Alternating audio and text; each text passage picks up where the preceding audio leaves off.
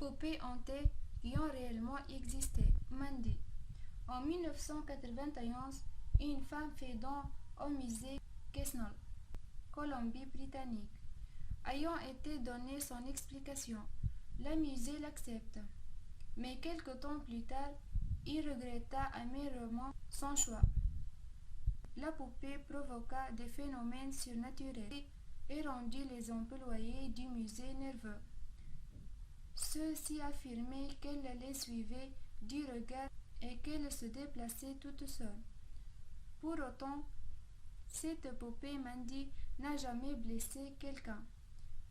La rumeur laisse croire qu'elle serait simplement possédée par l'esprit d'une jeune enfant qui cherche à se faire remarquer. L'État.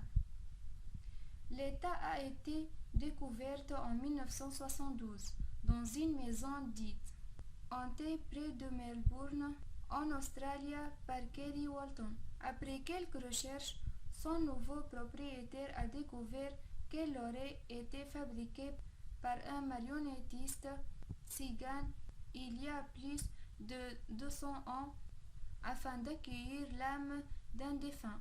Pas étonnant que celle-ci soit coiffée de vrais cheveux humains et qu'elle contenait à l'époque un morceau de cerveau humain à l'intérieur de sa tête.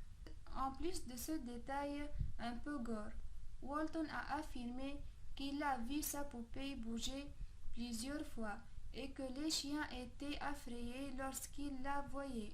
Apeuré par son comportement étrange, celui-ci décida de la rendre, mais au moment de l'échange avec l'acheteur, l'état était impossible à bouger. Vissée à la voiture, elle ne voulait pas en descendre. Nous n'avons jamais su ce qu'il était arrivé par la suite à Walton et l'État. Walton a-t-il réussi à se débarrasser de sa poupée hantée? Pippa. Dans les années 1920, une petite fille reçoit une poupée comme cadeau pour Noël. Pippa est devenue sa meilleure amie. Ensemble, les deux fillettes vivaient des histoires incroyables. Cela jusqu'au décès de sa propriétaire en 2005.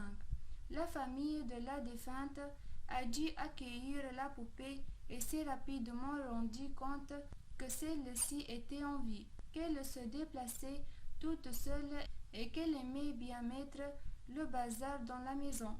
Effrayée par son comportement décalé, elle s'en est rapidement débarrassée.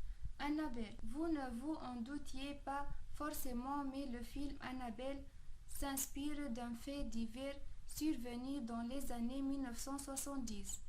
À cette époque, une jeune étudiante américaine en formation d'infirmière, Donna, reçoit comme cadeau une poupée de la marque Raggedy. Au bout d'un certain temps, la poupée se réveille et commence à faire vivre un enfer à Donna. Elle la réveille toutes les nuits en appelant à l'aide, se déplace toute seule, écrit les messages effrayants, rit, saigne et essaie de tuer son copain.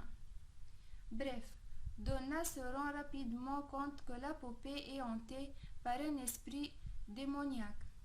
Pour s'en débarrasser, elle fait appel au couple de démonologues, Ed et Lorraine Warren, qui ont décidé d'enfermer Annabelle dans une vitrine bénite par un curé. Enfermée, la poupée est devenue inoffensive. Pourtant, on vous déconseille d'aller l'embêter. Le dernier malin l'ayant ennuyé en toquant à sa vitrine. Pour rire, est mort dans un accident de moto quelques heures après. Robert. 1906. Robert est une poupée d'un maître ressemblant à un marin. Un jour, la domestique de la famille, Otto, mécontente du comportement de son employeur, l'offre à Robert, le fils des Otto, adepte de vaudou. Elle a envoûté la poupée avant de lui donner. Ainsi, la poupée adopte très vite un comportement bizarre. Elle parle, se déplace, regarde par la fenêtre. Une nuit, les parents Otto sont réveillés par les cris de leur fils. Lorsqu'il rentre dans sa chambre, il découvre tous les meubles renversés. Robert leur a affirmé que c'était sa poupée qui était à l'origine de cette bêtise. Aujourd'hui, Robert est conservé au Fort East Martello Museum. C'est cette histoire qui a inspiré la saga Chucky. Alice. Marie a hérité de la poupée familiale. Heureuse, elle l'a fait poser fièrement dans son salon. Pourtant, au bout de quelques jours, elle se rend compte que la poupée a un comportement bizarre. En effet, selon Marie, ses yeux vous suivaient dans la pièce et son expression changeait quand elle ne vous aimait pas.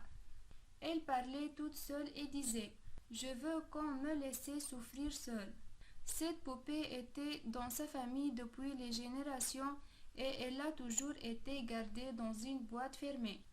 Sa grand-mère disait, même qu'elle était possédée par l'esprit de sa meilleure amie, Alice, morte jeune, se sent menacée par la poupée. Marie décida à l'enfermer dans la boîte. Depuis, Alice n'a pas bougé et ne fait plus de bruit.